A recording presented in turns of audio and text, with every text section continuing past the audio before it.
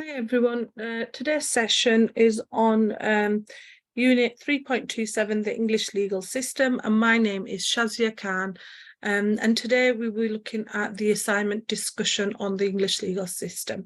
Firstly, what I want to go through is looking at the different learning outcomes and a summary of what we did in the last 4 sessions, which was learning outcomes 1, 2, 3 and 4.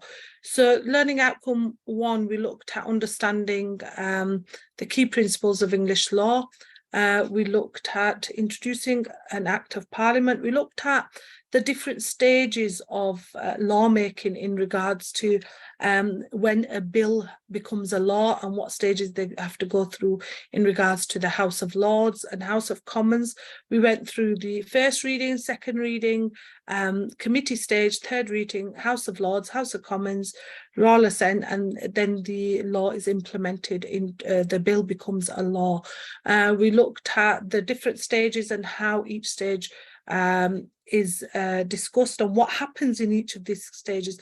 We then went on to look at the difference between criminal and civil law in UK and what civil law covers. Things such as family disputes, such as divorce, dissolution of civil partnership, children's arrangements, personal injury claims such as road traffic accidents, breach of contract such as where a contract hasn't been honoured. We also looked at example of civil being employment law, for example, if an employer has been discriminated against. And then we went on to look at what criminal law was and how criminal law is essential in the UK. So we looked at the issue of the Crown Prosecution Service being the main criminal prosecution is prosecution by the state, and then the Crown Prosecution Service is the prosecution side. We also gave examples such as of criminal cases such as sexual assault, murder, fraud, drug dealing, and we looked at the fundamental difference between both criminal and civil action. We then went on to look at the difference between a public body, public law and private law. And what is public law, administrative law, constitutional law, etc. We looked at what a public body is. We also looked at examples of public body functions such as DWP, deciding whether or not to award someone welfare benefits, local authorities deciding whether to award someone planning permission. We looked at the difference between private and public. Then we went on to look at examples of private law, which was things like, you know, penalties for not smoking in the headquarters and things like that, and contract law, law of tort, corporation law, competition law, and we identified examples of each one. We then went on to learning outcome 2, which looked at statutory interpretation. So it was to understand the rules of statutory interpretation, and we looked at the different what statutory interpretation was. We looked at the rules of statutory interpretation, which was literal, golden, mischief, and the judge's discretion. We also looked at examples of cases when looking at the different rules, important cases such as for the literal rule, Fisher and Bell, for the golden rule, Alder and George, which were really important cases. And then for the mischief rule, Hayden's case 1584. We also referred to the issue regarding the judge's discretion and how they have the discretion to apply the different rules. And then we looked at how the judges can use both intrinsic and extrinsic aids and identified the difference between intrinsic and extrinsic aids and looked at what is meant by them. So things like, you know, schedules, interpretation, Hansard, and we looked at the importance of these and why judges use these in regards to making a decision on a case. Then in learning outcome 3, we went to look at the organisation and the work of the English courts. So this was literally looking at what the English courts do, why there's a need for this hierarchy in the UK, and why there's a need to ensure that we have this hierarchy in the UK, because it ensures that the law is consistently applied. We looked at the highest court, almost the final court, is the Supreme Court, and we looked at the importance of the Supreme Court, the Court of Appeal. We looked at what kind of cases are dealt with by the Court of Appeal. They've got two divisions, criminal and civil division, which we went through. We looked at what the High Court was. We looked at the divisions within the High Court, Queen's Bench Division, Chancery Division, Family Division, and we also looked at the county courts and tribunals, and also looked at criminal courts such as the Court of Appeal, the Crown Court, and the Magistrates Court, and what kind of cases are heard there before at the Magistrates Court before they have gone to the Crown Court. And we also looked at the different elements of sentencing, and then we went on to look at the appeals process. So what is the appeals process in the Court of Appeal, and then the appeal process in the Supreme Court. And we also looked at what happens, the procedure, and what happens if a case, an appeal is refused, and what happens if an appeal is granted, and the procedure. Finally, we went on to learning outcome 4, which looked at understanding the operation of judicial precedent, and we looked at the principle of judicial precedent, what it is, okay, why it's needed, why courts must follow it, and why courts must apply the decisions of higher courts in previous cases. We looked at the rules of judicial precedent, which are stare decisis, the doctrine of judicial precedent, with reference to examples of cases such as Donoghue and Stevenson, Shaw and DPP, Nuller and DPP. We also looked at what ratio decidendi was, obiter dicta, and why there's a need to use these in cases. We also looked at the issue regarding the different precedents distinguishing. We looked at Balfour on Balfour case. We looked at merit to merit and the importance of these cases. We looked at the precedent of reversing, binding precedent, overruling, and we looked at the importance of the case of Young and Bristol Aeroplane Corporation Limited, 1944, and res judicator, and the reference why this case was so important. So we finished the learning outcomes in regards to, there was a summary of what we've done in the last 4 learning outcomes, and now we're looking at the assignment area. Okay, so the assignment, I will get the unit up. If you can see this, it identifies the assignment. So unit 3.27, the English legal system, level 3, 15 credits. So here is a scenario, okay? So you have gained work as a paralegal in a national law firm. As part of their corporate social responsibility CSR program, the organization is very active in the local authority, local community. As part of your induction to the organization, you have been asked to help out at a local school. You have been given 2 areas of work. One involves the career guidance in the school, which is very keen to improve the advice and guidance for young people hoping to enter the legal profession. The Careers Centre manager plans to update all their materials as well as run a series of workshops titled Introduction to Law. You have been asked to prepare materials for him.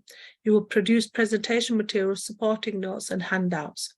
The second area of work involves the student support team. Young people come to them if they are worried about getting into trouble with the law. The team needs some background information to help them answer the questions which are asked by the young people. So in this, you will be using learning outcome 1, 2, and 3, and 4 to complete the whole task, the whole assignment, and you will need to be looking at the slides on Moodle for this. So task 1, key principles of English law. The Careers Centre has asked for a PowerPoint presentation with separate notes which will help students to understand some of the important topics they would learn if they choose to study law. You should explain the different methods by which laws are made. Make sure you include statutes, case law, and EU law.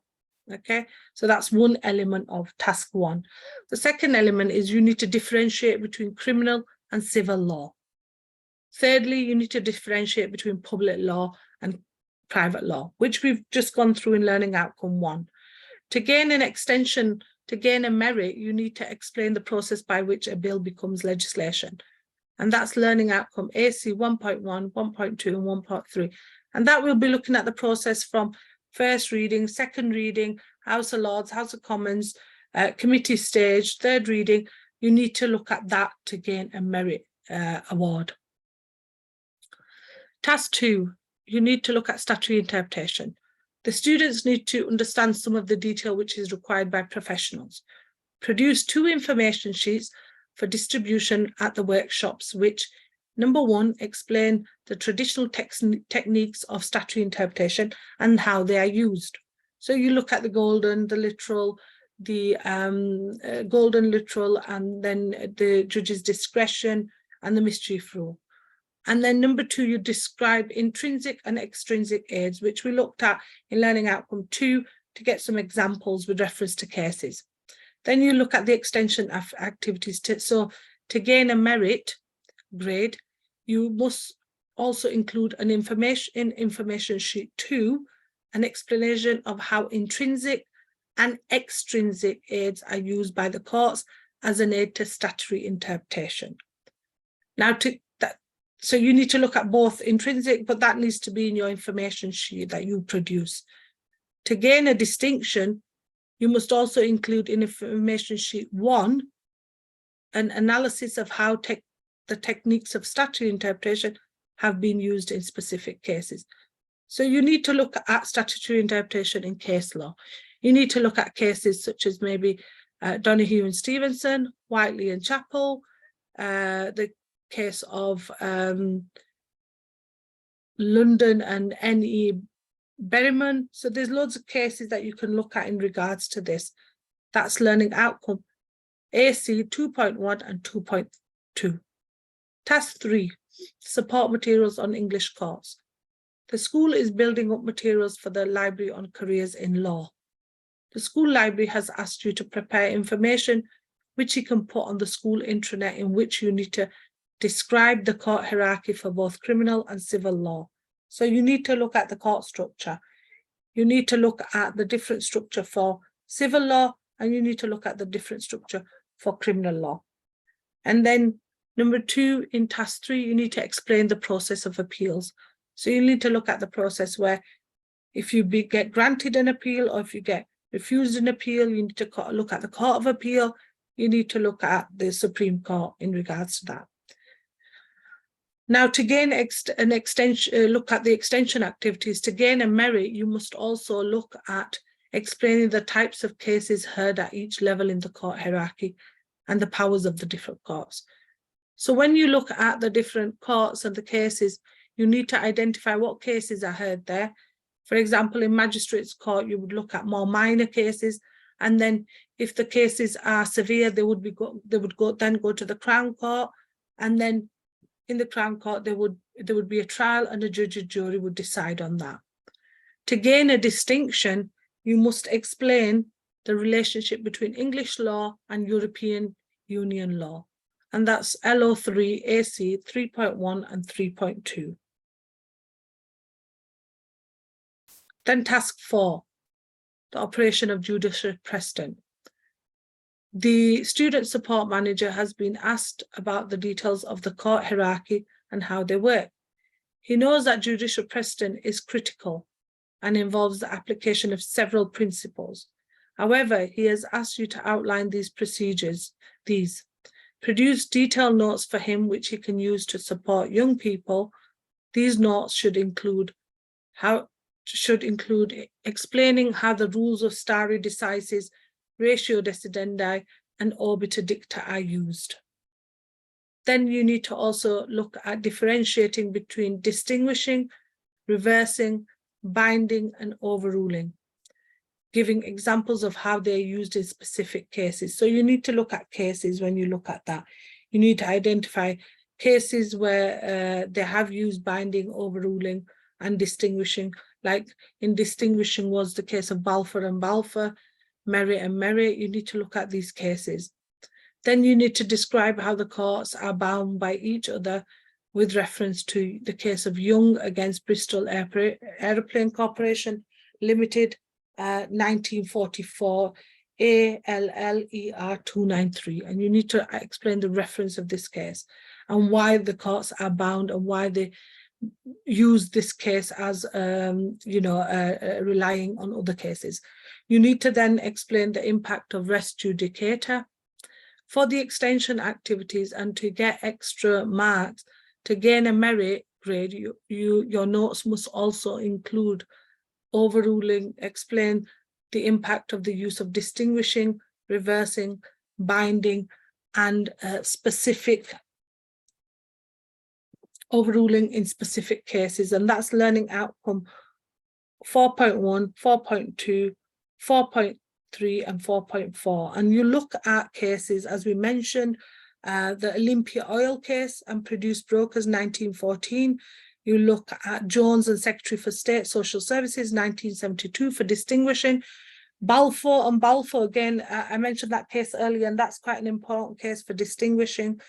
So you need to look at that, and that case was very similar in regards to the decision in merit and merit, which you need to look at, and look at the difference between them. You need to look at reversing, binding precedent, and case law that applies in regards to that, and overruling, and you need to look at more case law in regards to trying to answer that. Okay.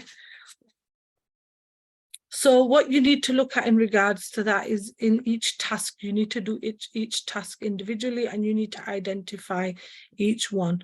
And this is some guidance for the assessor to look at in regards to what you need to do, whether you've looked at differentiating between criminal and civil law, and you need to look at the types of offences that the courts deal with. I'll just go back onto the next set of slides, which was... Okay, so this identified what you need to do to gain a merit, which we've been through for your extension activities. For each element of it, what you need to do for learning outcome 1, you need to understand the key principles. To get a pass, what you need to do, so you need to explain the different methods by which laws are made, differentiate between criminal and civil law, and differentiate between public and private law. And that is in the tasks, so task 1. For 1M, you need to explain the process by which a bill becomes legislation. For learning outcome 2, you need to understand the rules of statutory interpretation. 2.1, you need to explain the traditional techniques of statutory interpretation, which I mentioned earlier. Describe intrinsic and extrinsic aids. To gain a merit, you need to explain how these aids are used to aid courts. And to gain a distinction, you need to analyse how the traditional techniques of statutory interpretation have been used in case law. So you need to mention cases here. Number 3, learning outcome, know the organisation and the work of the English courts. You need to describe the court hierarchy, both for criminal and for civil law, not just for one. Explain the process of the appeals process. To gain a merit, you need to explain the types of cases heard at each level. So things like murder, manslaughter, which courts they would be heard at. And to gain a distinction, explain the relationship between English law and European law.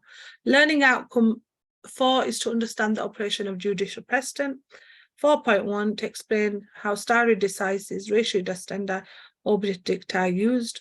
Also 4.2, to differentiate between distinguishing, reversing, binding, and overruling, giving examples of how they have been in specific case.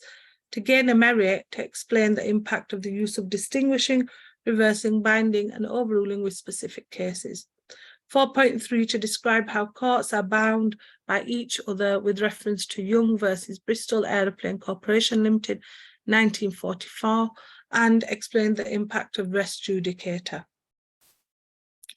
The indicative context, key principles, statutes, case law, EU law, criminal law against civil law, types of offences, courts use, sentences, public and private, statutory interpretation, traditional techniques. So we look at literal, golden, mischief, and the judge's discretion, intrinsic, extrinsic aids, English courts, the court hierarchy, magistrates court, high court, crown court, the appeals process, and the impact of EU law upon English law. You'll also look at how the appeal process differs for criminal and civil cases.